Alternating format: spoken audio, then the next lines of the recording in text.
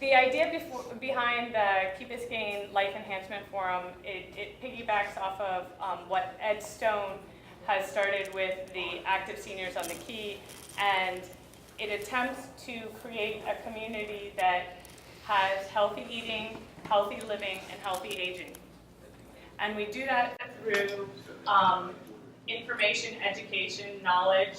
We try to plug in with different doctors like Dr. Newport. Last year we had Dr. Koffler, Dr. Gross.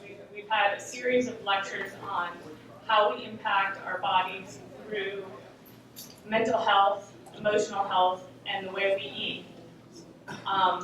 Dr. Koffler gave a great lecture last year on 5 things you can do to improve your overall health, which is sleep, exercise, food, supplements, stress reliever, which is as simple as when you start feeling stress, standing up, walking, talking, getting out that energy, and elimination. Well, why don't we start by surveying the audience? What are some other things you'd like to hear for upcoming lectures? We're covering dementia and Alzheimer's in this one, autoimmune diseases in the next. What are some other lectures and topics you'd like to discuss and you'd like to hear experts speak about? I think an interesting subject is what do people do with their life as they're approaching retirement? Okay. What type of activities are people doing that, gives them a continuing feeling of usefulness? Well, the gentleman behind you has some ideas, and we have Key Biscayne is wonderful because we have an active senior club, and we have senior services through the village, and there are ongoing ways to either plug in through volunteering, through lectures, through cultural events.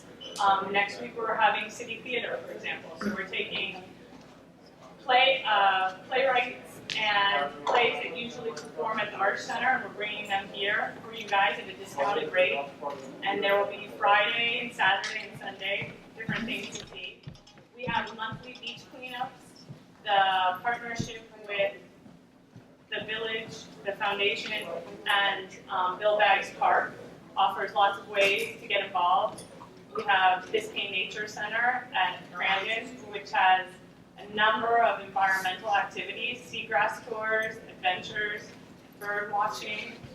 And then if you really want a volunteer job, come over and see me and I'll put you on. But we're lucky. We live in a community where there are a lot of resources and a lot of things going on. If you come to the community center on any given day, I think you can do physical fitness. Every Friday, Marius does Tai Chi at 8:30 in the morning. And I just started going because I realized that I might be a little stressed out. And it's a really good way to start the day. So, and they have a group that does it on Sundays outside of the park. So there's a lot going on. Get involved with active seniors on the Key. Talk to Roxy, who's just down the hall. But I guarantee you we will have more things than you have time for. Any other questions? Okay, without further ado, Dr. Mary Newport! I grew up in Cincinnati, Ohio, and I've been in Florida since 1983. We decided it was too cold in Cincinnati, so we came to Florida. And I went to medical school at University of Cincinnati and then did my pediatrics training at Children's Hospital in Cincinnati. Neonatology, which is care of sick and premature newborns. I did that training in Charleston, South Carolina. And we decided it was still too cold in South Carolina, so we came on down to Florida when I was done with my training. And so we've been here since 83. And we actually lived in Pembroke Pines the first 3 years that we were here. I was at Memorial Hospital in Hollywood and Broward General Hospital were some of the hospitals that I covered. And then we decided to go to the West Coast. I had a chance to open a newborn intensive care unit. And so jumped on it. And, so we've been on the West Coast ever since. In Spring Hill, Florida now, which is a little bit north of Tampa. So that's kind of where my story came from. Basically, I practiced in newborn intensive care units in Florida for about 30 years. And then my husband ultimately ended up in hospice care, and I thought it was so great that doctors and nurses came to your home, and I did that for a few years. And I've been traveling a lot, so I am not doing that now. But Steve was an accountant that was very convenient because he could actually work at home for my practice. And it was his idea to do that, to work from home. We were married for about 10 years before we had children, and he just didn't think being a neonatologist was very compatible with that, especially if he was working full time. So he volunteered to stay home and work from home, and that was great. So he was like the original Mr. Mom. He was really a great guy, you know, and I owe so much to him because, you know, he really made it possible for me to be a mother and a doctor. But something happened to Steve when he was in his early 50s. He started having problems with his accounting, making big payroll mistakes, missing tax deadlines, just, you know, procrastinating. He'd forget appointments for the children. Even if I called him a half hour before, he'd still forget to go, and, you know, things like that were happening. And then he forgot to go to the, you know, if he'd been to the bank and the post office. And so we knew something was up, and he was diagnosed with early onset Alzheimer's disease. And I'll go into his story a little bit later. It doesn't have a happy ending, I have to tell you now, but it did have a happy middle, I'd like to say, because we got a few extra good years from it, from what we did, you know, to help him. Dementia is a huge problem throughout the world. It's more than 46 million people are estimated to have some type of dementia. And in the US, 5.2 million people are thought to have Alzheimer's disease. Huge problem. And you know, basically, when somebody has Alzheimer's, it's not just the person that's affected.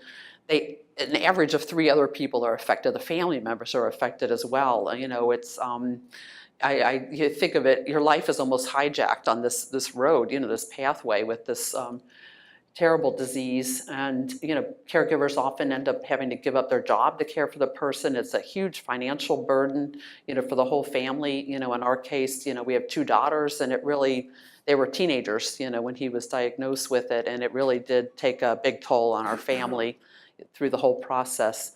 Alzheimer's, dementia is a big umbrella that includes a lot of other, you know, of types of dementia under it, and Alzheimer's is believed to be the most common.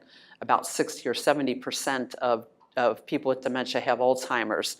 And they're learning more and more that, you know, many people have more than one process going on in their brain. They don't just have Alzheimer's. They may have a little bit of Parkinson's and a little, you know, 4 or 5 different processes going on in the brain, and they call those mixed dementias. Some people have Alzheimer's and vascular dementia. People with Parkinson's often will develop Alzheimer's disease. In Steve's case, he decided, you know, when he could still make a decision, that he wanted to participate in the Florida Brain Bank study. So he did pass away. He passed away in January of 2016, and he donated his brain. And we found out that he mainly had Alzheimer's disease, but he also had Lewy body throughout his brain. He had a lot of symptoms, tremors. He ended up with rigidity and other symptoms, very much like Parkinson's disease. Lewy body and Parkinson's are related to each other. It just depends what part of the brain it starts in the process. So, you know, it's not always clear cut that a person just has Alzheimer's, just has Parkinson's disease. So still, you know, it's unknown what exactly causes Alzheimer's and some of these other dementias. And there have been just billions of dollars of research, but no really good treatments for it. There are a couple of drugs that, you know, may slow down the course of the disease for maybe 6 months or so, but nothing that really improves and cures, you know, or really treats the disease very well.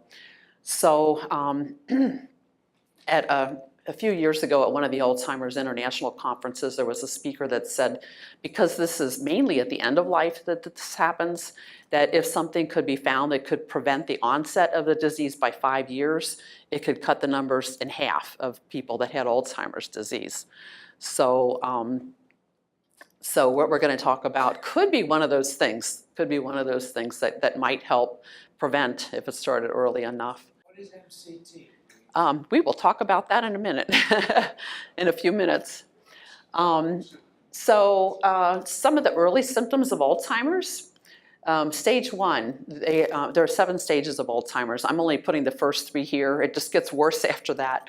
But people often wonder, do I have this? Does my spouse have this problem? And the preclinical, what they call the preclinical stage, is when the person has no symptoms yet. They don't notice any difference in themselves yet, but the process is going on, and it's thought that it may be going on for 10 or 20 years before you start having symptoms. Stage 2 is when the person starts becoming aware. They may be having memory problems and maybe having some cognitive issues, but others haven't really picked up on it yet. And that was true in our case. Steve told me that he felt like something was wrong for several years before I caught on that he was having a problem.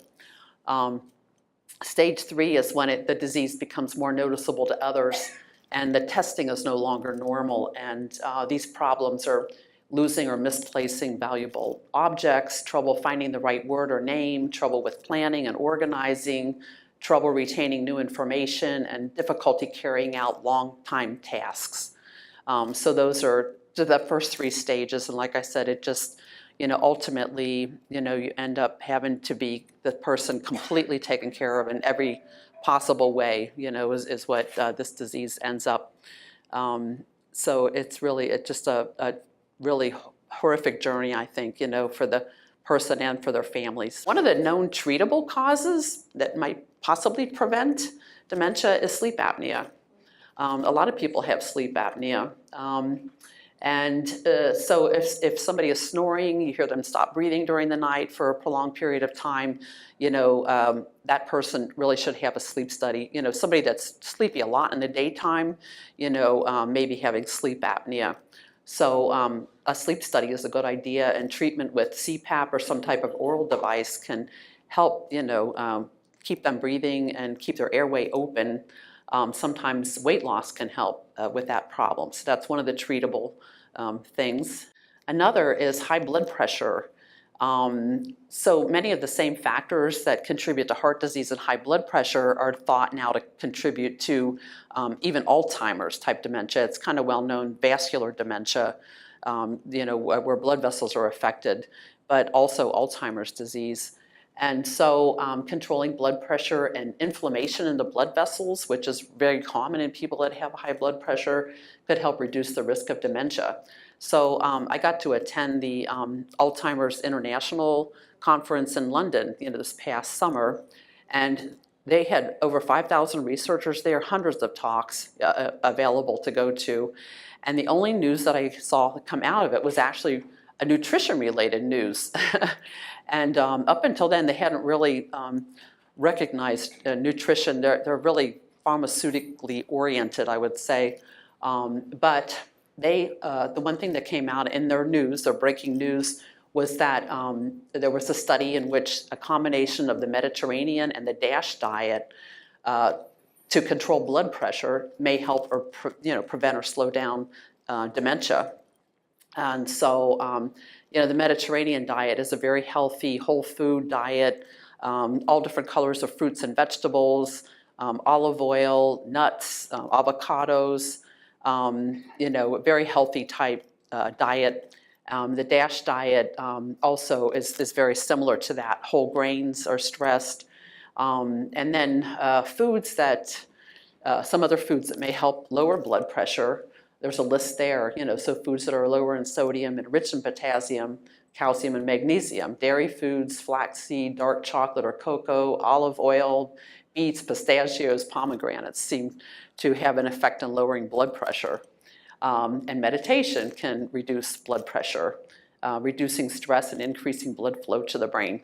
Another huge factor, this probably has a lot to do with the increase in Alzheimer's disease, is the increasing rates of diabetes. And it's amazing to me that more than 100 million adults in the USA have diabetes or prediabetes. That's at 322 million, our population, that's almost a third of the US population has diabetes or prediabetes.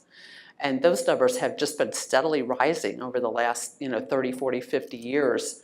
But so has sugar consumption. And 3/4 of people who are over 75 have diabetes or prediabetes. So the older you get, the more likely you are to have that. It's a huge risk factor for dementia. About a third of people, who are diabetic will develop dementia. And, there are studies out there showing that as the rates of as sugar consumption increases in a community, that the rates of diabetes increase. So sugar is a huge factor.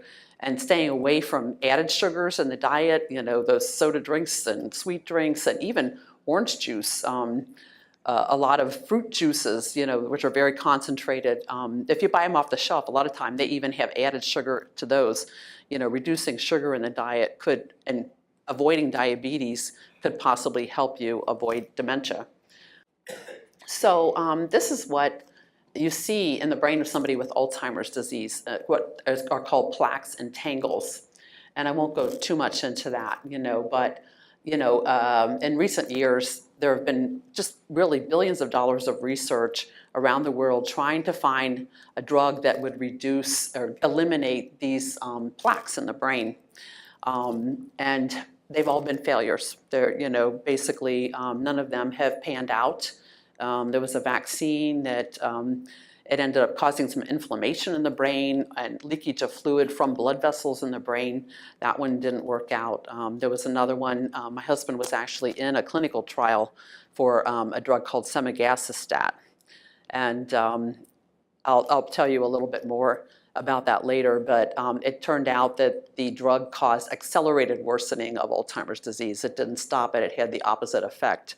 So a very tragic ending to that. And some of one company recently said that they were going to quit even working on these types of drugs, on Alzheimer's drugs. A question in the back? Semaglutide, S-E-M-A-G-A-S, let's see, Semaglutide, E-S-T-A-T. There's a C in there somewhere, sorry. Yeah. One of the concepts I try to increase awareness about that's only kind of recently been recognized is that Alzheimer's is a type of diabetes of the brain. It's actually been called type 3 diabetes. There was a group at Brown University, many people actually studying the relationship of glucose in the brain and insulin in the problem with insulin resistance in the brain. And basically a group at Brown University found that, they looked at autopsies of people that had died with Alzheimer's. And these were people that did not have type 1 or type 2 diabetes. And they found that all of these people had insulin resistance and insulin deficiency in their brains. So, and that's what basically you see in type 2 diabetes. You see this problem of insulin resistance. And so they coined the term type 3 diabetes to refer to Alzheimer's disease.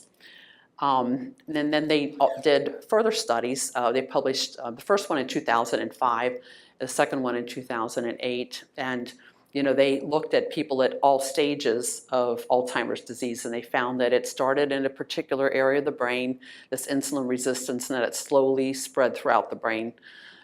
So basically what happens, your brain cells need glucose for fuel. Basically, they need a fuel. And when on a high carb diet, it's going to be glucose, it's going to be the fuel. But if you have insulin resistance, the brain cells and most cells in the body require insulin to allow that glucose to get into the cell. So if you have insulin resistance, the fuel isn't getting into the cell. So the cell starts to malfunction and eventually it can die. So that's basically the process that's happening. Like I said earlier, this particular phenomenon, this problem of getting glucose into brain cells is going on for 10 or 20 years and possibly even sooner in people who are going to develop Alzheimer's disease. There was even a study of people in their 20s who were at risk for Alzheimer's by virtue of their family history that already had decreased glucose uptake in their brains. So that's kind of a frightening prospect. This is what's called an FDG PET scan. It shows glucose uptake in the brain.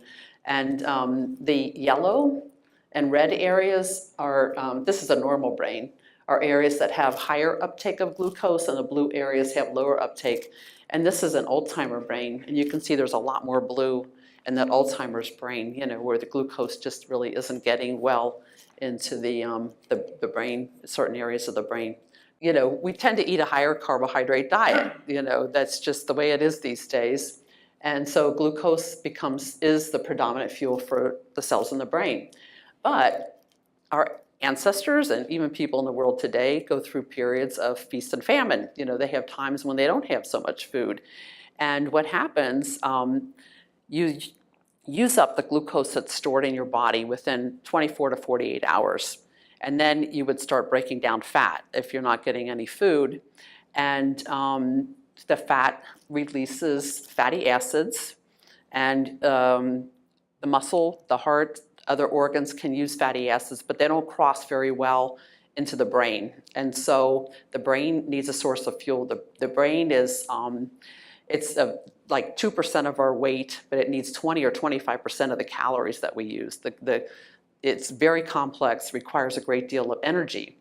So fatty acids, when they, part of them go to the liver, and they're broken down into a very small molecule called ketones.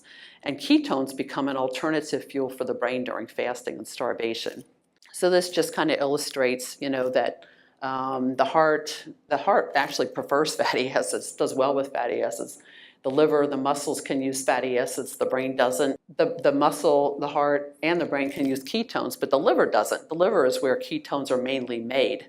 So if the liver could use ketones, it would use them all up. So fortunately, they're made there, but they're not used in the liver. So that makes them available to the brain, and ketones cross very easily into the brain. You know, so basically, you know, the brain has there's a term now called metabolic flexibility. The brain cells can very easily switch from using glucose to ketones. This process happens in seconds. It's not, you know, something that takes any amount of time. You know, I'm writing another book, and one of the things I've been looking at is the research going back to the newborn and the fetus, and they have found actually the fetus by 12 weeks of gestation, 12 weeks into the pregnancy, already has the enzymes and the mechanism there to use ketones. The newborn, when a newborn baby is strictly breastfed, newborn babies are fat. They start breaking down fat, and you know, any woman who's breastfed knows it takes a few days for the milk to really start coming in. There really isn't very much there, and the colostrum there is very rich in fat, and the baby's fat breaks down, and the breastfed newborn goes into ketosis, starts having levels of ketones start coming up, and the ketones are vital building blocks in the brain of the newborn, and you know, so ketones are there, you know, really at the very beginning of life.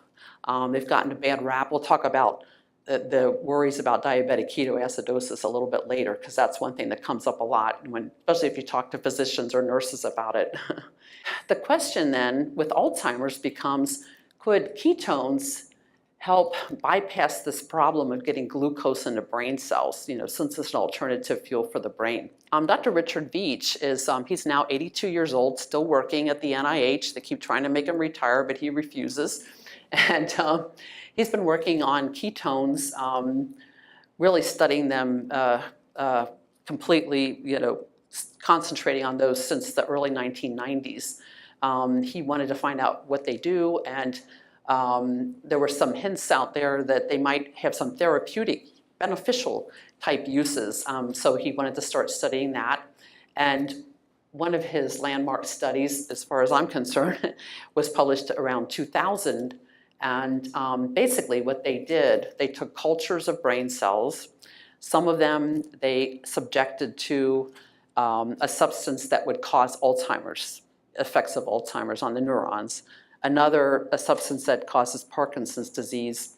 And they included ketones in some of the cultures, and controls where they did not have ketones. And what they found was that there were many more surviving cells in the cultures that had ketones.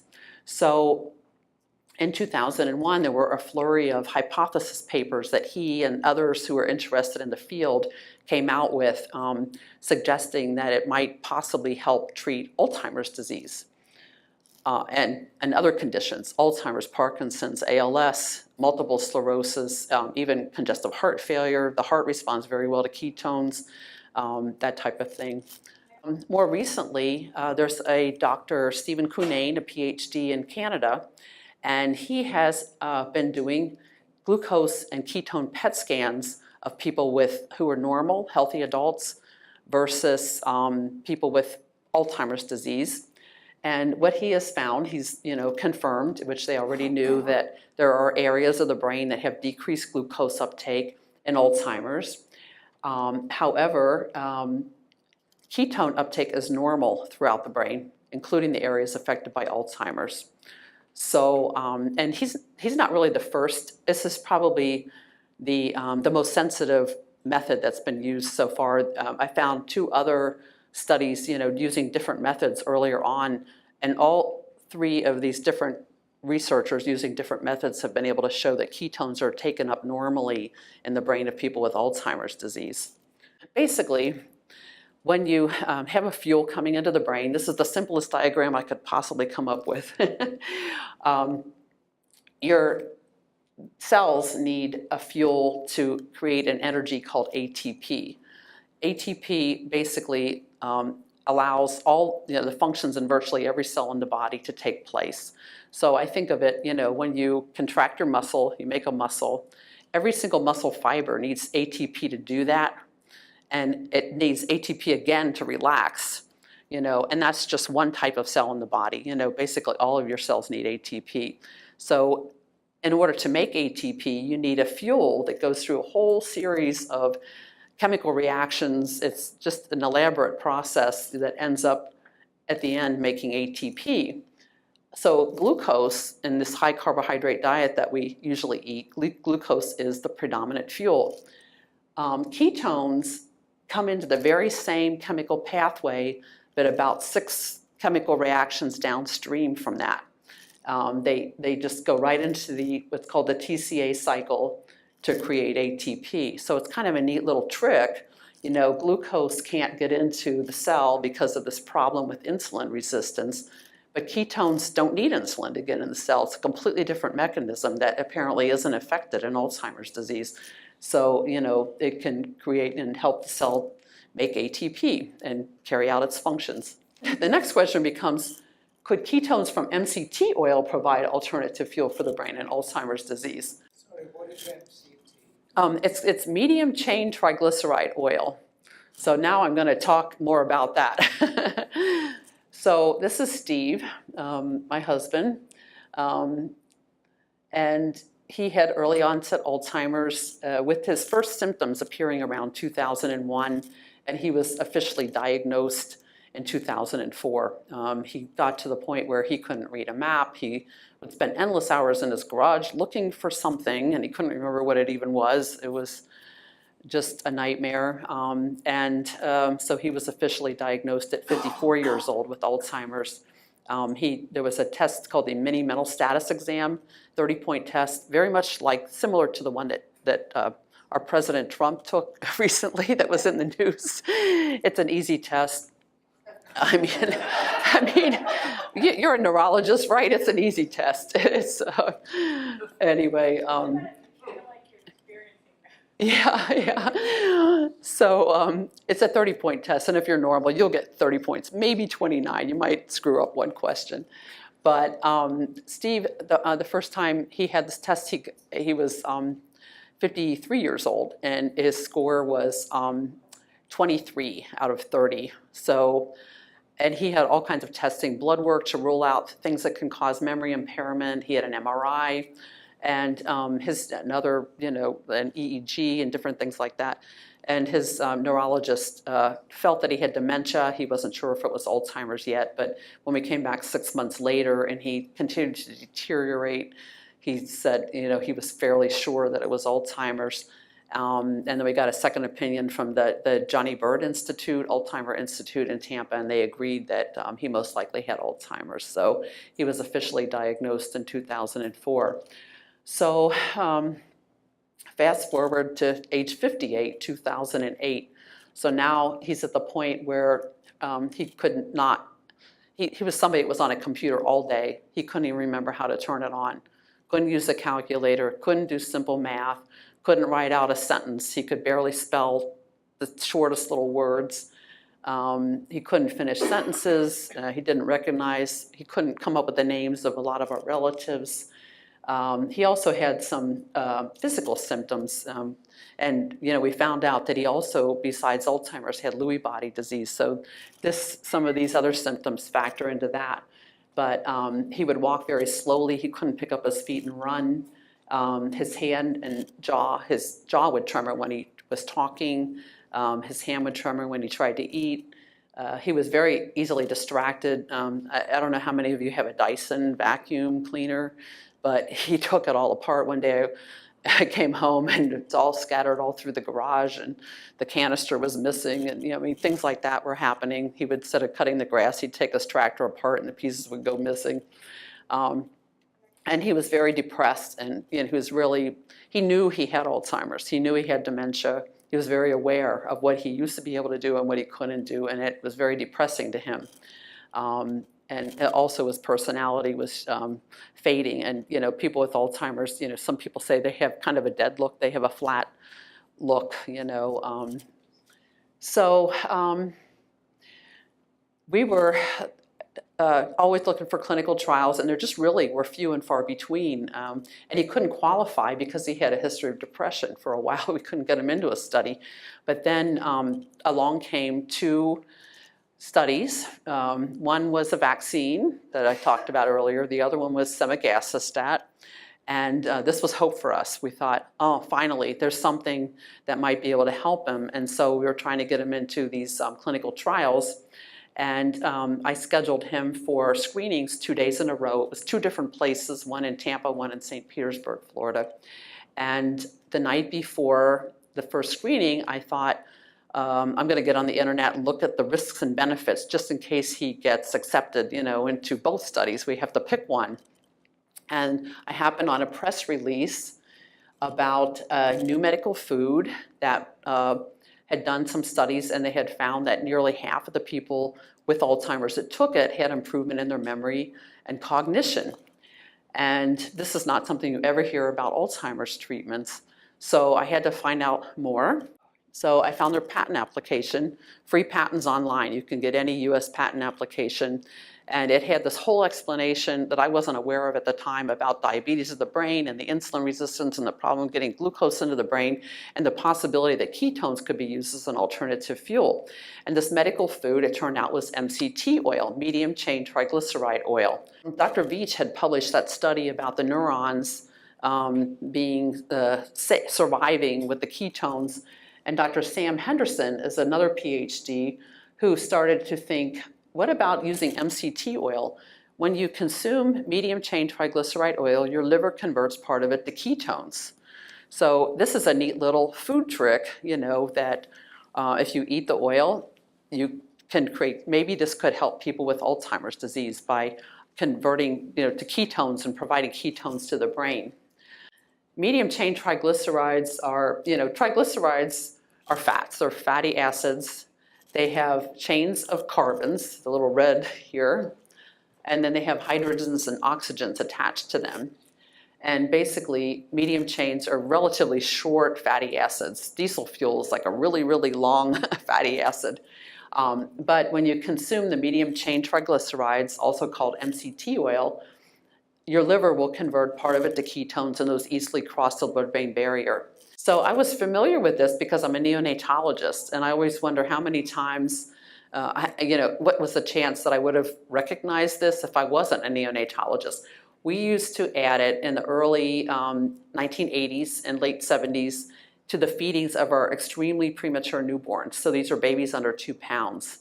And MCT oil would add calories, they absorbed it very well, and they would grow faster and they would get out of the newborn ICU faster. So then the formula manufacturers started creating premature infant formulas, and they added MCT oil to the formulas directly, and we didn't have to do that anymore. So people that started working in the newborn ICU later don't even really know about this. But I recognized it because, you know, I'm a neonatologist and I actually used to use this in my premature babies. The one thing that I didn't know that I learned from the patent application was that MCT oil is extracted from coconut oil or palm kernel oil. And you have coconuts everywhere here. I was just amazed driving around. They're all over the place, just by the side of the street. But, you know, some parts of the world, they're a huge staple in the diet. You know, in the Philippines and certain parts of India and Sri Lanka, you know, coconuts are everywhere, and they eat them at almost every meal. You know, they have some type of coconut. But that's where MCT oil is extracted from, and it doesn't matter. The palm kernel, it's a real little fruit. And the outside, the orange part, is used to make palm oil. The inside white part is palm kernel oil. It's a completely different oil. And it's both of them, coconut and this palm kernel oil, are very rich in medium chain triglycerides. All of the usual oils that we eat in the US do not have any medium chain triglycerides in them, you know, including even fish oil and olive oil and you know, most margarines. Now there's some margarines that actually contain deliberately MCT oils. What happened was, I'm reading about this at about 1 a.m. in the morning, and Steve set up for a screening at 9 a.m. So I couldn't really do anything about it. I thought, you know, maybe there was something I could do with coconut oil that might help him, but I couldn't do it. So he went for the first screening. And this was in St. Petersburg, Florida, and he scored only 14 out of 30 points on the mini mental status exam, and he needed 16 to qualify for the study. They wanted to study people with mild to moderate Alzheimer's. And that was devastating because, you know, the previous time was like years earlier that he had the mini mental status exam, and it was 23. So now he qualified in every other respect, but the mini mental status was too low, and he couldn't qualify. So we were just devastated. And the doctor asked him to do a clock test, to draw a clock, and that's what he came up with. And you know, you can see that's not organized at all like a clot. It's very random, you know, only a few of the numbers are there. And she told me that he was on the verge of severe Alzheimer's. So I kind of knew it, but to see it on paper like that was pretty profound. On the way home, I thought, what do we have to lose? I'm going to pick up some coconut oil and learn what I can. So that's what we did. And when I got home, you know, I had to refresh my freshman medical school biochemistry and learn what the medium chain triglycerides were. And then I found a fatty acid composition of coconut oil from the USDA. They have a food composition, virtually any food you can think of, and to figure out what percentage of coconut oil or medium chain triglycerides, because I wanted to figure out how much coconut oil I would need to give him to equal that medical food that was not going to be out for another year. It was still a year away from coming out. So I figured that he would need, to equal 20 grams of medium chain triglycerides, he would need 35 grams, which is a little over 2 tablespoons of coconut oil. And coconut oil, if any of you have used it, it's solid at room temperature. It melts right around 75, 76 degrees. So if your home's cooler than that, it's going to be like that. If your house is warm, it'll be like liquid clear. You know, it's just amazing how quickly it melts, just the right temperature there. So I put it in some oatmeal because it's warm. It melted, you know, very easily. Gave him a little over 2 tablespoons. And he was scheduled a few hours later for the screening in Tampa. And on the way down, I thought, you know, he couldn't remember the day of the week or the season, you know, some real basic questions that you get asked in this test. And I didn't think he was really going to do any better. But they took him away for the test. And when they came back, he didn't think he had done well. But the nurse comes in and she starts taking his blood pressure and talking about drawing blood. And I said, what's going on? She said, oh, didn't he tell you he got an 18 this time out of 30 and he qualified for the study? So we were like shocked. And at the time, I'm like, well, you know, I don't know if it was really the coconut oil or was it just good luck, you know. I mean, a couple of the things, you know, were what floor of the building are you on? You know, he couldn't remember the day before, but we were in a different building in a different location. This time he did, and he remembered the season and the day of the week. They couldn't even remember on the way down in the car, but he just suddenly did remember them, you know, for the test, which was pretty astounding to me. But anyway, I thought, well, I'm going to keep this going. I thought, you know, if a little bit of this is good, I started right away thinking this medical food was just a once-a-day dose. And what I learned later was that they can only tell you to take one dose if that's what they studied. They only studied doing one dose a day of 20 grams. And that's what they ultimately got approved for, a once-a-day dose. But I thought, you know, your brain needs ketones 24/7. And one thing I learned, you know, fairly early on, you know, and we actually tested Steve's ketone levels after taking coconut and MCT oil, is when you take MCT oil, the level of ketones peaks at 90 minutes and are virtually gone at 3 hours. So it's like, so what does your brain do the other 21 out of 24 hours? So I started giving it to him for dinner. We started cooking with it, and just, you know, I gave him a measured dose at breakfast in the beginning, and then lunch, dinner, coconut everything. Our house reeked of coconut, and luckily we both loved coconut. But, you know, I just started cooking with it, and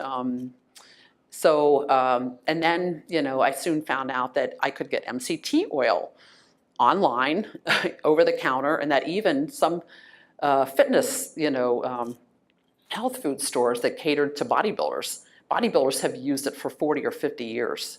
They use it to increase their lean body mass. And it's been studied in Japan, and that's what they were mainly looking at it for in Japan, was for a bodybuilding and to decrease. It helps when the MCT oil, part of it's converted to ketones, but the medium chain triglycerides are not stored as fat. They're burned right away for energy. They're used directly by cells to also end up as ATP, you know, basically. So it's not stored as fuel. So bodybuilders use it. People use it to keep from putting fat on their body. And in Japan, that's what they were using it for. They actually have some medium chain triglyceride oils that are used, and what they can say in Japan is, this will not put fat on your body. So it's very interesting. It just wasn't very popular or well known here in the USA.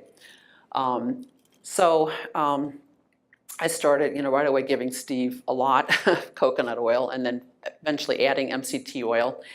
And within a matter of days, we were seeing him much more alert in the morning, much more talkative. He had trouble, like, getting a utensil out. If he wanted a spoon, he'd come out with a knife, and he'd do this over and over and over. He'd turn around, he'd come back with the wrong utensil. Couldn't figure out how to get water out of the dispenser from the refrigerator. He started right away being able to do that. The tremors, the jaw tremor went away, never came back. The hand tremor was much better. Sometimes in the morning before he had coconut oil, he would have a tremor, and then it would go away 20 or 30 minutes after he had it. The animation came back in his face. He started whistling again. He was quite a whistler, and he had these medleys, you know, of whistling, and he started doing that again. And he said it was like the light bulb came on in his head the day he started the coconut oil. And we saw his depression lift quite a bit. Around 2 months, his gait normalized. He was able to start tying his shoes again, you know, things he hadn't been able to do for a while. And he had a visual disturbance. He hadn't been able to read for about 1.5 years, and he was an avid reader. He used to read novel after novel, and he just had stopped. He had put them down, he just stopped reading. And he said it was after it got better, then he could explain what it was. He said that it was like the words on the page were going into pixels and shaking, moving all around on the page. That stopped after about 3 or 4 months of doing coconut plus MCT oil, and never came back as far as we know. And, you know, he just kind of steadily over 9 or 10 months, like his memory, he started remembering things and mentioning things like when a volcano erupted, he mentioned a beautiful sunset. Oh, that must be from that volcano that erupted a couple weeks ago, you know, things like that. And then he kind of blew me away, you know, when he went from not being able to read at all to starting to remember what he had read. I had a doctor appointment and he was in the waiting room. And then a few hours later, he said, you know, while you were in there with the doctor, I read the Scientific American, a story about Einstein, and he told me some details about it. And I was like blown away because he couldn't read at all. You know, he couldn't finish a sentence before we started doing this. So, you know, over that period of time, you know, it was just really amazing how much improvement he had. And, you know, he did level off after, I would say, close to a year. And he was in the semaglutide study. He qualified for the study. He actually qualified for both studies, and then we did get to choose. He came back, and his mini-mental status was better again, you know, for the other. We found out that he was on the placebo, luckily, for the first 12 to 14 months, and it was a crossover study, you know, and he had a lot of testing during that time. So, yeah, I should go, yeah. I'm going to back up a little bit. So this was the day before he started the coconut oil. This is his clock 2 weeks later. That's a humongous improvement. All the numbers are there. I think there's a couple doubles. All those, I don't know, it's like a bazillion hands of the clock, I guess. But it's much more organized. And you can see he was writing, he was practicing for his mini-mental status. One of the, you know, they have you count backwards by sevens, or another alternative is to spell world backwards, I think. Is it backwards or forwards, just to spell world? And so he was practicing writing out world. And then that's about 37 days. And that's a little bit cleaner looking, I think. And there was actually a fourth clock, but he never finished it, and he had multiple attempts. And what he was doing, this was about 2 months later, he was folding the paper into quarters because he wanted to find the exact center of the paper for his clock. And he got frustrated because the circle wasn't perfectly round, and he kept wadding up the paper and throwing it down. And then on the last attempt, he wrote down, "They did not give me a compass nor a ruler," he said. And I thought, well, there's my perfectionist accountant husband back. But, you know, I felt like even that was an improvement, even though he didn't really finish the clock.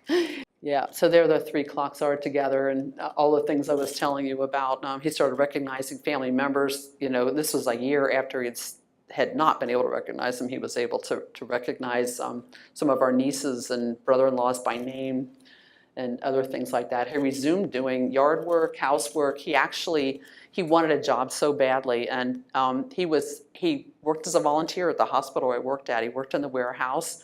And he needed supervision, but he put stickers on supplies and he helped with deliveries, and he got to do that for almost a year, which was amazing, and it made him feel, it was very fulfilling for him to be able to go and do that for a couple days a week. And then the semaglutide, so back to that, he was on the placebo for 12 or 14 months, and then it's a crossover study, so then you're put on the drug. And that was one of the reasons we chose that particular one. We knew he would ultimately get on it, even if he wasn't in the beginning. So he was probably on it for about 5 to 7 months, we think. And his hair started growing out white, which was one of the side effects that was known to happen with that drug. And he started having problems where he would nick himself shaving. It would bleed for several days. He had an abrasion on his shin that didn't heal for a month. And then he fainted. His CPK became very elevated.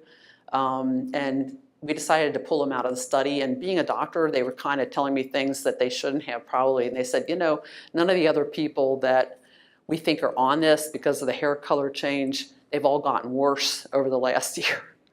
So I decided to pull him out of the study, you know. And then a few months later, we got a call telling us that they had stopped the study because this drug caused accelerated worsening of Alzheimer's. So, and he was on it for 5 to 7 months. So the irony was coconut oil and helped him get into the study, only to be on a drug that ultimately may have made him worse. And you know, he did decline around that time. And a miracle happened for us too. Dr. Richard Beech that I mentioned earlier, I started contacting him early on, and we, communicated quite a lot. And he's been working on a ketone ester since the 1990s. And this ketone ester, it's a way of being able to take ketone that can instantly get your ketone level up to what you would after starving for like 10 days. And he felt that high levels of ketones were needed, to help somebody with Alzheimer's. So he was really shocked. And when Steve, the clock test, I faxed those to him, and how Steve was responding just to the coconut oil, and at very low levels. So we've communicated all this time, and the ketone ester had finished toxicity testing right around the time that Steve was declining after taking this drug, and Dr. Veatch decided to make Steve a trial of one person, a pilot study of one person taking this ketone ester. And it actually turned him around again. He got to a point before that where he was starting to have trouble dressing himself. He put his clothes on backwards, and I have to talk him through a shower. It was like very depressing after all the improvement he had experienced. And right then we didn't know about the drug, that was possibly the cause of it. But Dr. Beech decided to step in and help us. And within 24 hours, he went to the closet, picked out his clothes, put them on. He could shower himself. He could do all of that. And he started within about 6 weeks or so resuming some things he hadn't been able to do again, like cutting the grass and that type of thing, which was pretty interesting. So it was published. I've got it somewhere. In the medical food, I was a little bit wrong. There's a difference of opinion about what the medium chain triglycerides are. So there's one in coconut oil called lauric acid, and it's half of coconut oil, and it's C12. So the medical food is actually just C8. It's one pure form of MCT that's thought to produce the most ketones. So it takes, like 7 teaspoons of coconut oil to equal 1 teaspoon of C8 and C10 medium chain triglycerides. Okay, next slide. But, I did, we started mixing it. I started literally mixing them in the same container together, a 4-to-3 ratio of MCT oil, like 16 ounces to 12 ounces of coconut oil. And I decided to keep both because that lauric acid that's in coconut oil is very antimicrobial. It kills viruses, bacteria, fungus like Candida. And there are a lot of studies out there suggesting that infections could be cause of Alzheimer's for some people, like herpes simplex infection.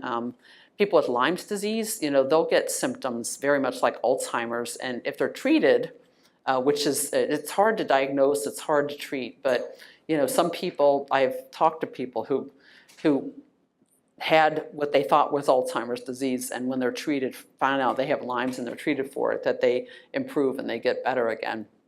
And, Lyme's disease is very much like syphilis. It's the same kind of organism. Syphilis is really well known to cause dementia if it's not treated. So I think it's quite possible. In Steve's case, I think he may have had a problem with herpes simplex virus, and he had fever blisters constantly. And when he was 29, he had an infection around his eye, an outbreak around his eye. He was really sick. He couldn't sit up. And looking back, I think he might have had like a mild case of herpes encephalitis. And the interesting thing, herpes encephalitis follows the same path through the brain that Alzheimer's does. It starts in the same area of the brain, and it follows a very similar pathway. So, lauric acid, I decided to keep it because of that possibility that its antimicrobial effects might help suppress an infection too. Okay, next slide. So, basically this is some of the testing that he had. And by 60 days after, and this is when he started that clinical trial, they did a mini mental status right before he started the trial. His MMSE was all the way up to 20, so that's pretty significant. He had one a couple weeks before that screening that I told you about, where his MMSE was 12. And it was an Alzheimer's disease assessment scale. It's a 75-point test for for Alzheimer's. It's much more extensive than that mini mental status exam. And he gained 6 out of 75 points on that test. And then another one, activities of daily living. This one, the lower score you get, the better you are. But he improved by 14 out of 78 points over a year, which is actually a pretty phenomenal improvement. And this was testing done at, where he was having the clinical trial, where we were going for that, while he was on the placebo. And that's the publication, Steve's pilot study of one, and it actually talks about his improvements on medium chain triglycerides and then the improvement on the ketone ester. And then I started trying to get the message out. Steve he improved so much by about the 4th or 5th day that we looked at each other and thought, our life has changed. Our life has changed for the better. And when he continued to improve and the clock drawing, and then he's recognized, family members, and they all said, last year he looked like he was lost. This year he's participating in the conversation. He knows who we are. He was making jokes, I thought, why should people have to wait for this medical food to come out, which was still a year away? And, I just felt like I needed to get the message out. And so I started writing. I wrote first to Sandra Day O'Connor. Her husband had Alzheimer's and she was part of this Alzheimer's study group. And my thing was, this is medical food. They were actually very secretive about what was in it. It was really hard to get the information for most people. And I said it's available on the shelf. What they're going to put in this medical food is available on the shelf as coconut oil and MCT oil now. And I know my husband is only one person, but they have their studies showing that nearly half of people respond to this. This is something that your medical people need to study urgently. You need to get this information out. And I got no response whatsoever. I wrote to her. It was during the political campaigns. I was writing to all of them. I was writing to media, all the major news outlets, trying to get somebody to respond and get interested in it. The Alzheimer's Association, nobody responded. I wrote this little case report, I called it. It was for the Alzheimer's International Conference that was about being held in July. It was a couple months after Steve responded to the coconut oil. And I just wrote up a little case study again. My hope was, with 5,000 researchers there, that maybe I could get some of them interested in studying ketones and getting this out. And so I wrote the article. They actually approved it. I was going to have a table in their exhibit hall to pass it out. And a few days before, I actually had 1,500 copies printed in Chicago. And my sister and her husband were coming. Steve was coming. And we were all going to, be at our booth and talk about it. And a few days before, they contacted me by email. And they said that they had changed their mind, that I couldn't have a table and I couldn't present this information. And I argued back and forth with them. It was just, it was awful. And they said, well, you can come to the conference, but you can't pass out your information. And so we snuck a few, to various people. All the poster presentations, I looked for people who were interested in nutrition and glucose and insulin, anything like that. I talked to them. I would slip them a copy of my little case study and, just trying to get it out. But it ended up really being a grassroots thing after that. I left them, I started leaving them in health food stores back in Spring Hill and around the area and then talking there. And then the St. Pete Times picked up on it. A reporter became interested in it and published a story about us in the fall of 2008. And that's really when it got out on the internet. And I started hearing back from people. I talked to Dr. Veatch, and my thing was, the ketone ester looked like it had even much more promise because of the ketone levels can get so much higher. He was at the NIH, but he couldn't get funding to mass produce it and test it. And he was, drop by drop by drop. He's had this chemist for years making it in his lab. And, so I thought, well, maybe if I write a book, I can get attention for this whole concept of ketones, ketone ester, and maybe it will evolve into funding, for Dr. Veatch to get his clinical trials done. I wrote the book up there that maybe that was the one that you read. And then I started hearing back from other people. And the first person I heard back from was a lady in Connecticut. There was a lady in Connecticut, and her mother was 83 years old, and she had Alzheimer's, and she was basically in bed. She had quit eating. She wasn't recognizing people. And she heard about this, and she started giving her mother coconut oil. And she said it wasn't like dramatic like Steve, like immediate, but over 2 months, she slowly got up out of bed. She started eating again, and she started recognizing them again. And then one day she goes to the refrigerator, and they thought she was getting into trouble because people with Alzheimer's often get into trouble. And she said, "I'm just looking for the Pepperidge Farm cake that we bought yesterday." And she started reading the newspaper again. And 6 months later, her daughter stayed in touch with me for quite a while. She was crocheting again, which was amazing. And this was a lady in bed not eating and not barely talking. And so her mother lived another 1.5 years, and she died of pneumonia. But she said that she had that time that she did recognize her family, and she had a little granddaughter that she got to spend time with, a great granddaughter, and that the end of her life did not seem to have a great deal of effect from Alzheimer's at that point, I started collecting reports, and this was just a little collection that I did of 184 people, and I just try to categorize what kind of improvements. It's not a scientific study. People were writing to me, and I figure they were more likely to write to me if there was improvement than if there wasn't. And some people did say they had absolutely no effect. They didn't see anything. But there were other people that had, sometimes mild effects and other times fairly dramatic. And so these were just some of the words that people used that I took verbatim. These are just a few people, that I took verbatim what they said, 83-year-old lady. So after 2 days, just on MCT oil, they noticed she was speaking more clearly, she was finishing her sentences that made sense, her eyes and her face looked younger, her appetite improved, she was walking around the house like she used to without a walker, which was pretty interesting. And this was a lady with fibromyalgia who had a lot of aches and pains and colitis, and she started taking MCT oil. MCT is really well absorbed, and it can help possibly absorb other nutrients too. So somebody that has colitis, they tend to have a lot of inflammation in their bowel. They don't absorb foods well. But she started having, a lot of improvements physically speaking, and then her mind. She also felt like her brain fog cleared. A lot of people talk about brain fog, they say it clears, when they start taking this. And this is another single case report of a 70-year-old man that had probable Alzheimer's, and he took the MCT called C8 for 109 days, and his MOCA, that's the test that Trump took. It's a 30-point test.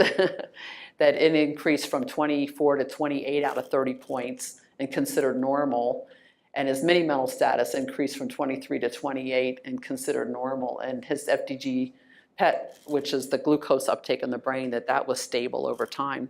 So I've gotten to travel. It's just kind of amazing some of the places that I've been. But when I was in Bangkok, I was invited to come to the International Coconut Oil Conference, which was interesting, yeah. And it was the first time they had presentations on the health benefits of coconut oil. And so there was another doctor from Australia there who, he's an Alzheimer's researcher for 33 years, and he was one of the Alzheimer's researchers that figured out what the plaques in the brain were made out of, so he's been studying this for a long time. And he said that, when they first brought this information about coconut and MCT oil, that a lot of his other physicians that he was working with and other people were very skeptical about it, but he thought he was just going to explore it a bit and try to learn more about it. And he ended up writing an article on the dietary role of coconut oil for Alzheimer's. And all the various reasons why it could be beneficial. So he came to talk there too. And while I was there, this lady who worked in an assisted living, they had started giving it to some of their patients there. And so she brought me these clocks.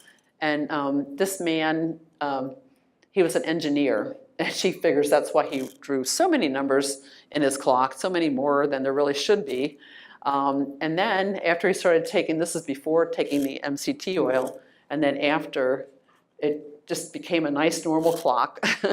And this was a lady who also, they said, I said, what is that, And they said, it's just, they felt it was very confused, a very confused version of a clock. And then this is, her numbers are kind of upside down, and I think there's an extra couple of them in there, but it looks much more like a regular clock. The medical food, which ultimately had the name Axona, they did what's called a retrospective study. They looked back at charts of people who had been taking Axona over a period of time, and they found that 80% of the 55 people that they looked at that took the medical food were stable or improved over 15 months in their memory, testing, and their activities of daily living. So activities of daily living is just carrying out all your day-to-day activities, personal hygiene, and just doing things that you do on an average day. These are the studies. There are actually a couple more than this that I haven't added to the slide yet, but just relatively small studies that are coming out using, mostly MCT oil. Next slide. And now there are some doctors who are coming out that are, it's part of the protocol, or part of what they recommend, are that people get into mild ketosis. And they often suggest that one of the ways to do that is by taking MCT oil that will raise your ketones. Dr. Dale Bredesen, the Bredesen protocol, he's got a new book out called The End of Alzheimer's. And some of these other doctors, Dr. Terry Walls, she's an internist, and she has MS herself. And she, I met her, she was taking a lot of vitamin supplements and felt like she was getting a little bit of benefit, but then she started thinking, what if I get these from the real food? And she figured out how many vegetables you need to take to get the actual vitamins in their natural forms, from these foods. And she was somebody who was a marathon bike rider, and she was, at this point, was in a wheelchair, and she would force herself to get up with two, canes, or crutches to get around to see her patients, just trying to make herself move. And after she started doing her protocol with the vegetables, 6 months later, she was back to riding her bicycle again. She was out of a wheelchair. And so she published, her first book was basically about the vegetables and proteins and everything that she was eating. But then her more recent book, she added coconut oil, and she calls it her Walls Protocol Plus, where she added coconut oil to that. A question that comes up a lot is, can MCT oil possibly prevent Alzheimer's? So Dr. Stephen Cunnane, that I mentioned earlier, that does the ketone and glucose PET scans, has been studying this quite extensively, and he has found that people that are at risk for Alzheimer's have a 10 to 12% energy deficit in the brain that's related to not getting adequate glucose. So basically, by the time we're in our late 30s, our brain starts shrinking a little bit every year. Some people, it shrinks faster than others, but part of that may be because our brain's not getting quite enough energy. And so, people who are at risk for Alzheimer's have their brain's not getting about 10 to 12% of the energy that it needs, if that makes sense.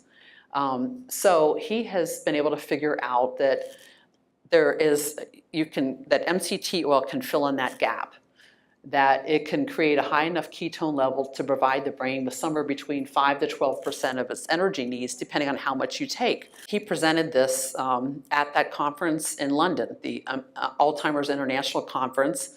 And back in 2008, you probably remember, I tried to get a table to give out information.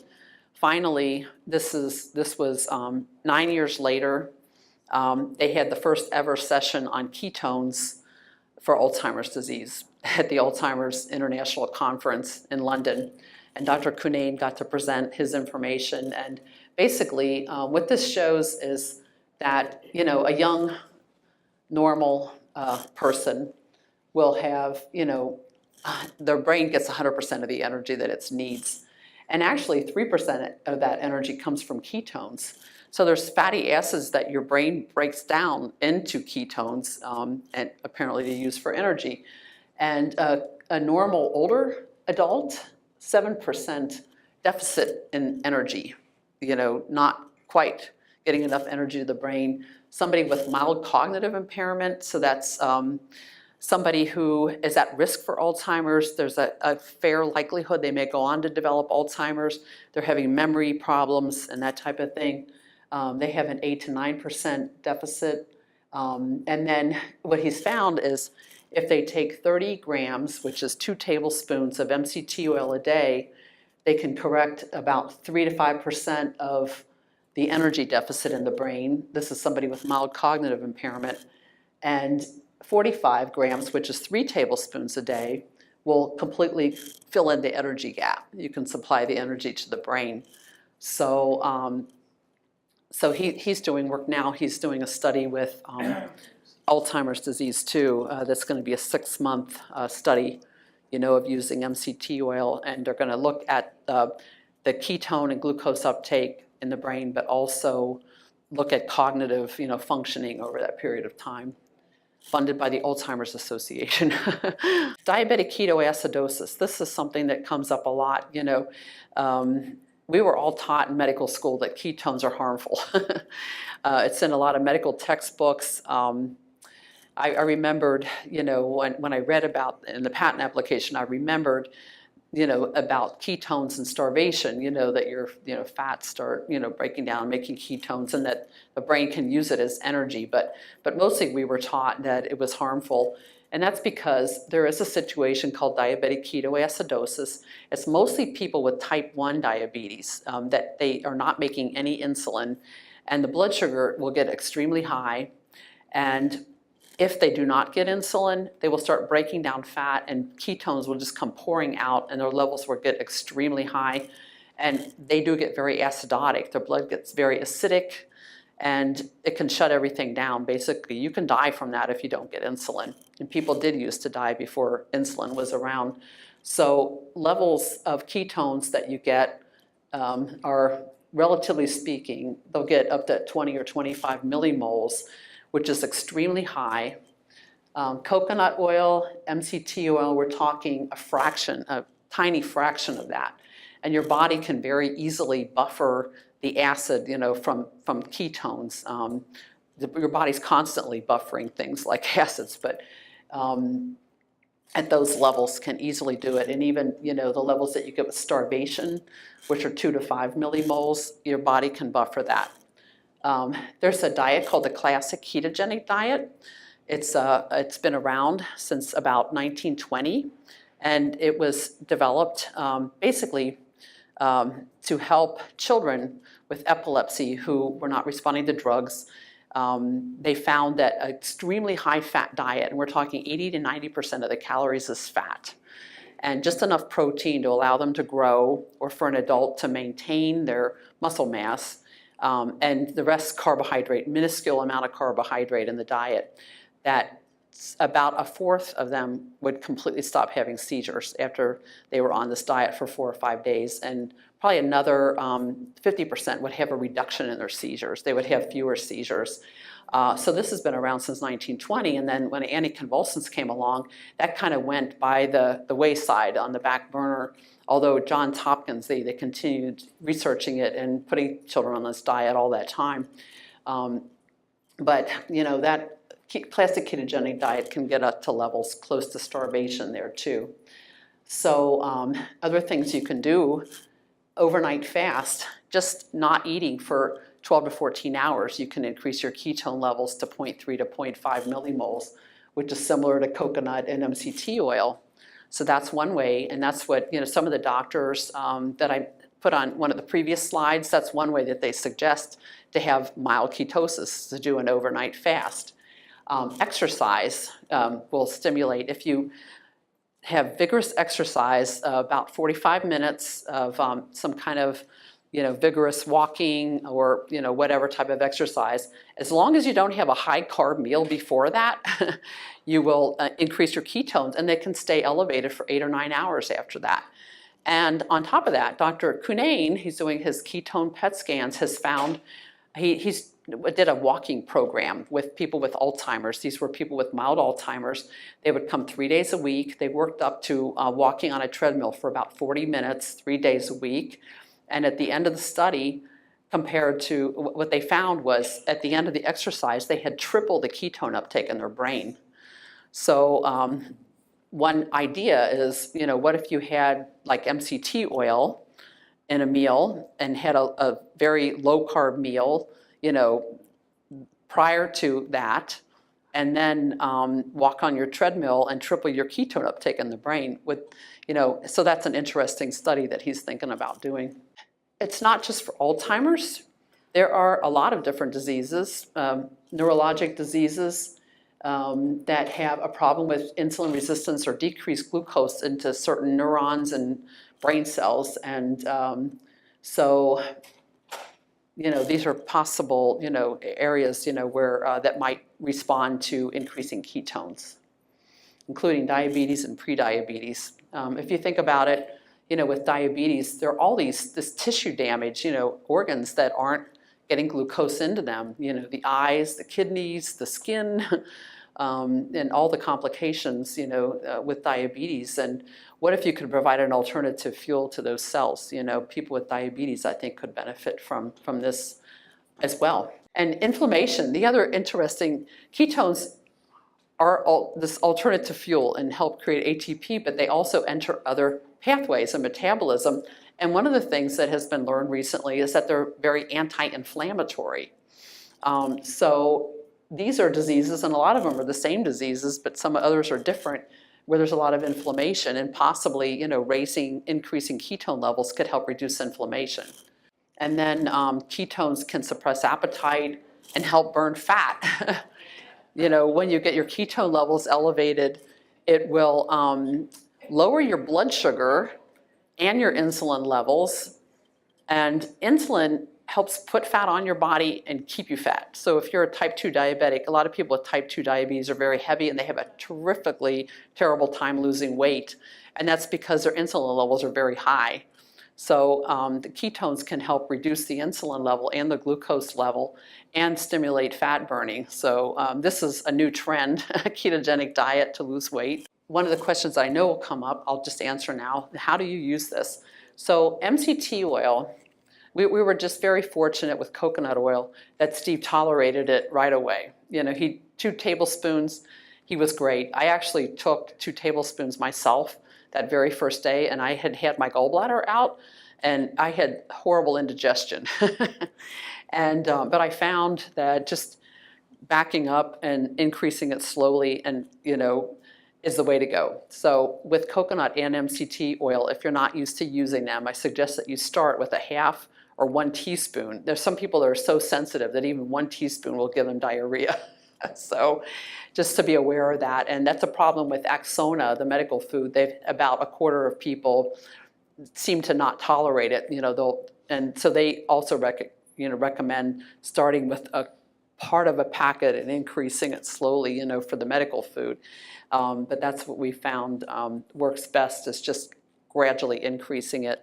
And then, I kind of suggest that people get up, well, like Dr. Cunnane, he's found that, somewhere around 2 or 3 tablespoons a day might fill in that energy gap, so that would be really a good, something to shoot for, I think, with using these oils. I use more than that. Steve actually got up to somewhere around 9 or 10 tablespoons a day of a combination of coconut and MCT oil, and I think it effectively put him on a ketogenic diet just by virtue of how much fat it was. And we found that he didn't seem to want the sugar that much. I mean, before we started this, he was eating so much fruit. He would stand at the sink and eat fruit, and I really felt like maybe his brain was craving glucose, and that's why he wanted so much fruit, possibly. That stopped like almost right away. And he just started leaving the bread and pasta and rice on his plate. And so I just started like not putting them on his plate. So he was having his meat and his vegetables, and he was perfectly happy with that, and the fat. And that's basically how a ketogenic diet works. It can work that way. And just, we already had taken a lot of sugar out of the diet, but, basically staying away from too much sugar. these are a couple things that have come out just like super recently. One are ketone salts. And these they came out in early 2016.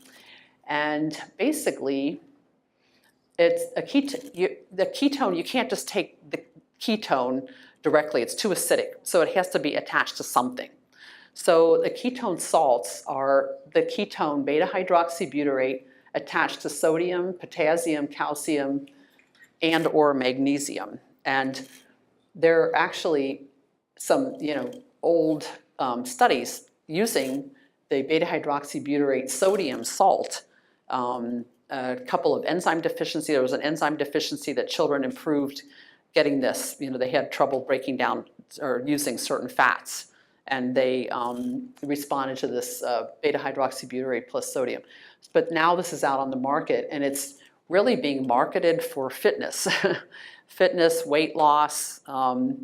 Athletes are using it, to try to improve their athletic performance. It was developed at a lab at University of South Florida in Tampa.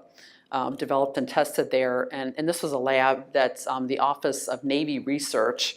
They're trying to look for things to help special forces. They have very difficult activities that they do, and some of them involve deep diving. There are these Navy SEALs that they'll dive down 50 or 100 feet, and they don't want to be detected, so they use these 100% oxygen rebreathers that don't have bubbles coming up.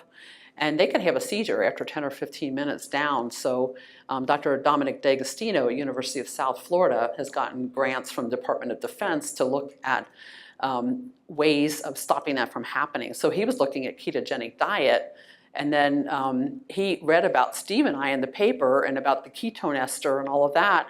And he met us and he got very interested. So now he studies ketones. He's all about ketones, and they developed these ketone salts there at University of South Florida. And then Dr. Beech's ketone ester, all these years later, 10 years later, it's finally getting out there, where there are two companies that are now marketing it. They're launching. They were taking pre-orders, and now they're actually launching the ketone ester. And this was the one that Steve got. Basically, it's something that really needs to be used with the doctor's help, and most doctors aren't going to know about it, unfortunately. But blood pressure needs to be monitored. With the salts, it can affect people that are on diuretics, that are taking potassium. It's really critical that anybody that has a medical condition, that they use something like this with their doctor's help and close monitoring of their electrolytes and their blood pressure. These do lower blood sugar, and they do lower insulin levels. So if you're a diabetic and you're taking insulin or other oral medications, and your blood sugar, you need to know that your blood sugar is probably going to go down, and you might not need as much insulin. You might get hypoglycemic. Your blood sugar might go too low if you're not aware of that and aren't monitoring closely. So something like this needs to be done with doctor supervision.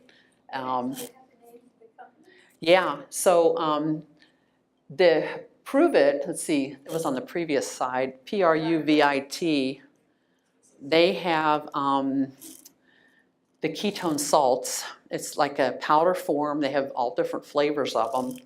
And I actually, on my website, Coconut Ketones, I just felt it was really important, for people to know something about these. And I put together an information sheet because I know people are using them. They're using them for Alzheimer's and for other things. And, they have medical conditions. They just really need to know how important it is to watch, their electrolytes and that. So I put together a form. It says, using ketone salts in the elderly and people with medical conditions. And I wrote it in such a way that they can take it to their doctor and, so that the doctor can read about it and know what needs to be monitored, for somebody that's taking this. And then with the ketone ester, it's being marketed to elite athletes. It was tested in Olympic rowers in England. They did improve their performance by like 2%, which is a big deal if you're an Olympiad. but it's extremely expensive. It's about $30 a dose of what they consider a dose. But a dose for an elite athlete could be much higher than what somebody with Alzheimer's or mild cognitive impairment, might need. So those are the two companies that they're launching now. Basically, one's called Human, which they spell HVMN.com, and the other one's Ketone Aid. They're selling it, and it tastes horrible too, let me tell you. The ketone, Steve had the ketone ester, and it was really hard to disguise it. It tastes like jet fuel, so it will take your breath away. It's very interesting. So they need food people to work on it, and it takes your ketone level way up, and then it comes down pretty quickly. And Steve had tons of ketone levels done, while he was getting the ketone ester, and we just saw it would peak at like an hour, go way up easily up to 5 or 6 millimoles, which is what you get after starving for 10 days, but then at 3 hours it was halfway down. At 6 hours it was pretty much gone. But it did help him. But we did see he would start, after a while, I think he was using it fast, and he would start fluctuating. He'd be in and out, he'd be like really with it, and then he'd be, when I think it was wearing off, we would see him kind of go into la-la land a little bit again at times. This was after he was taking it for a couple years, I would say. But those are the new things. This is the first talk I've given where I've even been able to talk about these, because it just, these are so new. They're just, coming out now, on the market. So in 2008, that was the only coconut oil I could find in my grocery store. Publix had in their Greenwise section down on the bottom, one little jar of coconut oil. And now this is Publix in our grocery stores. That's how much coconut oil, all these different brands and different sizes of it. And I was telling one of the ladies here, it's solid at room temperature, and she says everything smells like coconut if you cook with it, and that's kind of true. So this company here, it's Carrington Farms. You can't read that very well. Carrington Farms. And they have taken out the longer chain fats that make coconut oil solid. So these are the saturated fats that are not medium chain triglycerides. They've taken out of it. So it becomes a liquid coconut cooking oil. It's lauric acid plus the other two medium chains. I like it for that reason, the lauric acid for the antimicrobial, and the medium chains that are more ketogenic, increase ketone levels.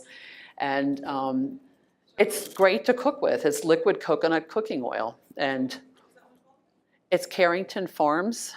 With a C or K? C. Is it the same effect when you cook or you take? You can. That's one, it's creamy enough that you could just take it straight, but you can use it in food. You don't have to cook with it. I use it in everything, on salads, on vegetables, and smoothies, and it doesn't chunk up like coconut oil does chunk up. And this one, that Australian doctor, his group is actually going to study that. They're using Carrington Farms. It comes from the Philippines, and they call it lauren in other countries.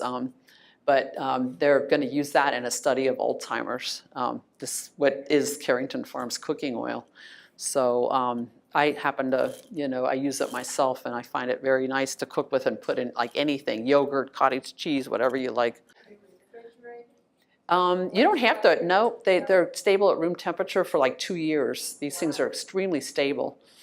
Coconut oil, it was one of the reasons it went out of favor is because Procter & Gamble came out with Crisco that looks a lot like coconut oil and has, their claim to fame was that it had a long shelf life. Well, so does coconut oil. And they started calling it the artery clogging fat, their competition, and they got tariffs put on it, back, this was in the 1950s or so. So that's kind of where the reputation, like coconut oils had this thing about artery clogging fat, but that really was the result of competition from Crisco, that all that happened. So now, it's kind of getting out there, worldwide. It's, become more popular, and people are starting to see that it can have potential health benefits. Yeah, so that's my website. I have some diet guidelines for using coconut and MCT oil there, and just, you know, a lot of information, videos, some of the scientific papers related to it. I'm on Facebook, and you can email me if you have questions. So I always feel like, you know, with this, you know, some people will ask me, do you think it will help for this situation? You know, I mean, sometimes it's a really rare neurologic thing, no treatment, and this person's doing horribly. And, you know, my feeling about it is, what do you have to lose, you know, by trying something like this? That's what I felt like with Steve. What do we have to lose? I'm going to go out and get coconut oil. And I think, you know, it's just a food, you know. Millions of people in the world, it's a staple in their diet. Why not give it a try?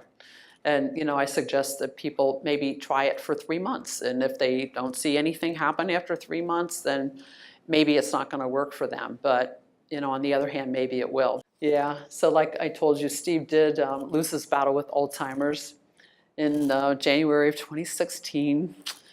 And, but he was quite a trooper. He would basically, he went along with all of this, the ketone ester, he, you know, gave full consent. He couldn't wait to, even though it tasted like jet fuel, he shuddered every time he drank it, but he did.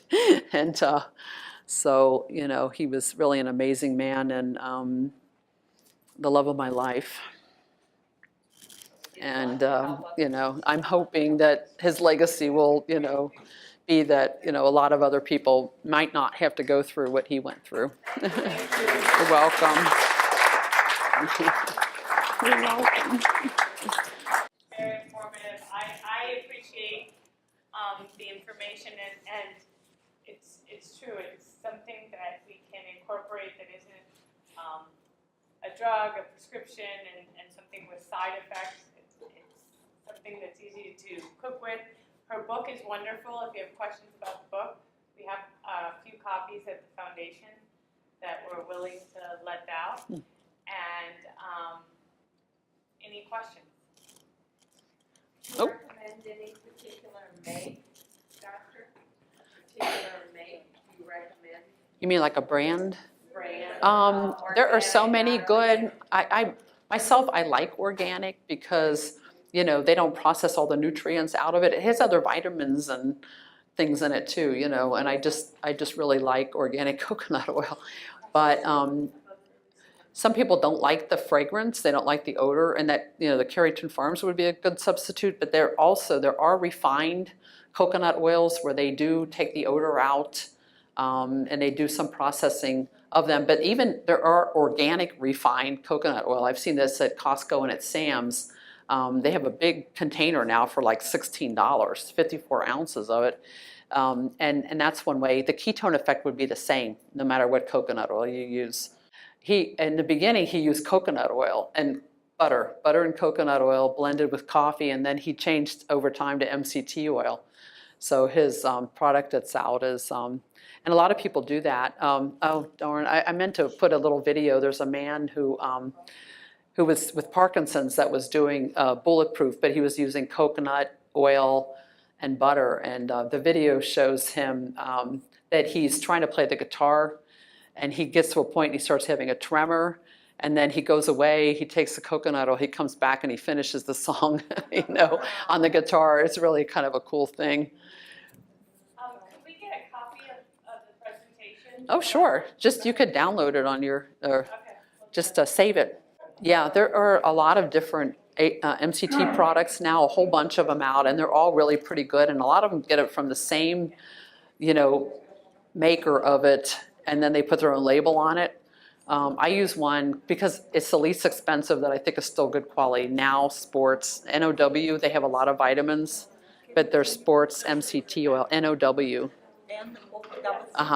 MCT oil is one I use because it's like $17 for a quart of it. I mean, that's a lot of doses.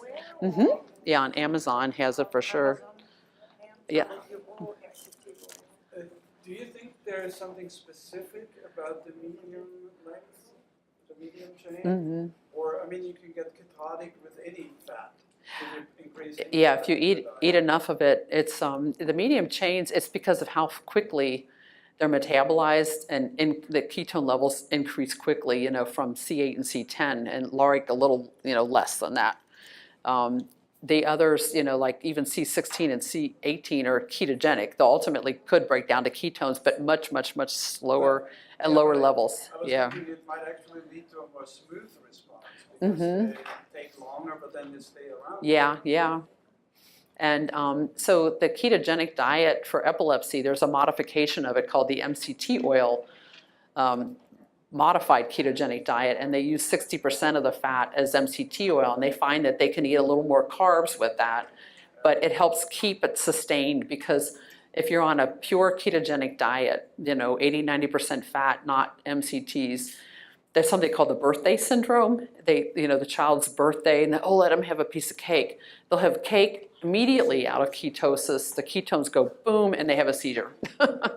So there's something about the medium chains that they're very ketogenic, and you know, it can, if you take 2 or 3 doses a day, it can keep your level up, you know, and help sustain it. But I added the coconut oil because the levels are lower but longer, and I kind of mixed them to try to get that smooth, you know, elevation of the ketones that you were talking about. From preventative nature. Yeah, I think it would be a good idea, because you do get more ketones from MCT oil. You know, like I was saying, you know, I mix it, you know, I started mixing it because the levels from coconut oil are lower but longer lasting. We actually measured Steve's level. Dr. Veatch measured him, and his, you know, we drew them all and sent them up to the NIH, and they measured them. So my rationale was, if I mix them together, you know, that it may have a more sustained, smoother, you know, increase in ketone levels by mixing MCT and coconut oil. But, you know, there are a lot of people that respond just to MCT oil, and there's some that respond to just a small amount of coconut oil, you know, that report, you know, that they have had some kind of improvement. So I know that's kind of a muddy answer. I'm still confused what I should do, like on a daily basis. Yeah, I think some of each. Maybe cook with, you know, coconut oil, and maybe add, you know, some MCT oil to something, you know, like what I do, I put it on my salad with a little other salad dressing. Yeah, oatmeal, you know, although that's carbs. Yeah, you can mix it with them. You can mix it with any oil. It's clear, it's colorless, it's odorless, it's just. And that, get over the internet, I'm sorry. Yeah, yeah, and a lot of health food stores have it now. Yeah, health food stores, and yeah, you could give it to kids, because we used to use it in the micro preemies. Well tolerated, it's in infant formulas. MCTs are in human breast milk. I forgot to make that point. It was on one of the slides, but that's why, one of the reasons why the formula manufacturers started adding it to the formulas is because there are medium chain triglycerides in human breast milk, and it's the only instance in which humans make it in their body is in breast milk. And if it's in breast milk, I figure it's there for a good reason, you know.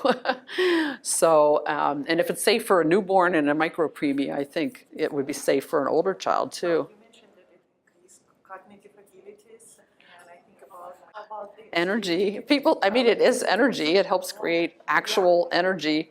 And people report, you know, improvement in their mental clarity and brain focus, and just simple things. That's how people put it, you know. I started doing it when Steve did. I have Alzheimer's on both sides of my family, and I just started calling it mental endurance, I guess, because I was just reading and reading and reading and reading and writing to people, and, you know, and retain, you know, trying to retain a whole lot of new information. And, you know, I felt like maybe it helped me with that. I don't know. Yeah. Well, he started having seizures. And the first time it happened, you know, he was still, you know, getting around really well, and he was standing there. I had a caregiver with him when I went to work, and he told me he loved me. He kissed me. I went to work. 5 minutes later, she called me, and she said, "You got to come home." I just called 911 because he fell straight back, and he went into a seizure. He stopped breathing. He was blue when I got home, and the seizure lasted about 20 minutes, and then he had another one on the way to the hospital, and he just never recovered from that, you know. And he, you know, he had a CAT scan. I mean, he didn't have a brain bleed or stroke or anything like that. You know, he just, that just happens sometimes with Alzheimer's and or Lewy body dementia, you know, that they can start having seizures. And he had a really horrible one. And, you know, after that, he would maybe every 3 to 6 weeks, he'd have another full-blown seizure. You know, it was just awful. And so, you know, after that happened, he went from walking and being able to feed himself to being in a wheelchair and having to be fed. And so, you know, we kept all of it going, you know, but it wasn't enough, and Alzheimer's did finally win, sadly.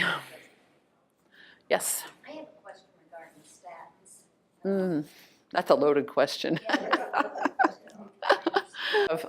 That's one thing that I studied a lot. Steve and I both took statins for about 5 years. We took simvastatin, and it didn't prevent him from getting Alzheimer's. He got a lot worse during that 5 years, and he took it for even a year after, you know, we started the coconut oil.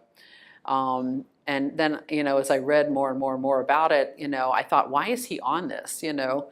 For one thing, you know, having a high cholesterol level is one thing, but it's really supposed to be used for people that have other risk factors of heart disease too, you know, like somebody who has had a heart attack, for sure, you know, that they probably should, you know, and could benefit from a statin, you know, but there are an awful lot of people that are on them because their cholesterol is a little bit high, and I mean, you know, they're trying to get, you know, it used to be, I think it was 350. If your cholesterol was higher than that, you were on it. And then it was 300, and then it was 240, and now it's down to 200. Well, you know, I looked at the NIH. They actually have like a publication where you can find what is the average cholesterol level in females and in men and all these different ages.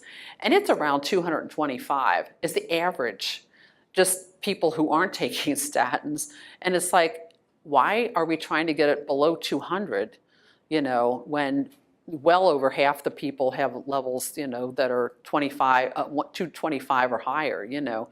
What are we trying to do? And, you know, looking at the brain is like 60% cholesterol. And cholesterol is in every single cell membrane. It's a support structure for every single cell, and it's a support for the brain, the whole structure in the brain. It's in every synapse.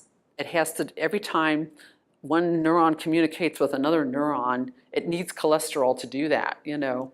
So there are some, like simvastatin, the one we were taking, Lipitor is another one, that actually can potentially remove cholesterol from the brain. Why do we want to do that? You know, why do we want to take cholesterol out of our brains, you know, when it's so important there? So, so we stopped taking them, you know, after all that. It was really a hard decision too, you know, keep it or stop it. But I didn't have any history of heart disease at all in my family. And they don't even, it doesn't, you know, they haven't been shown to be beneficial for women at all, you know, at any age. Anybody over 70, even with heart disease, they have not decreased mortality in people over 70. You know, it's middle-aged men that have had heart attacks that have a clear cardiac history and, you know, probably familial, you know, hypercholesterolemia, very elevated for genetic reasons, you know, that possibly benefit from them. So, and then a lot of people, you know, side effects, brain fog, you know, confusion. There's actually an FDA label warning that it can cause, and the muscle weakness is, it's about 45% of people will have some kind of muscle weakness from it, and it can be really serious, you know, for some people, the rapid breakdown of muscle that can actually cause kidney failure. And so there are some potentially serious problems from them. So I think, you know, every person needs to be evaluated, and I don't want to tell anybody to stop taking their statins, you know, without talking to their doctor about it. But, you know, the question should be, what is my risk of having a heart attack? And is this likely to reduce that risk, you know? And if you don't have a family history and you haven't had any problem yourself, maybe you don't need to be on them. That's why I quit. Thank you. You're welcome. Thank you. Oh, you're welcome. Thank you all for coming.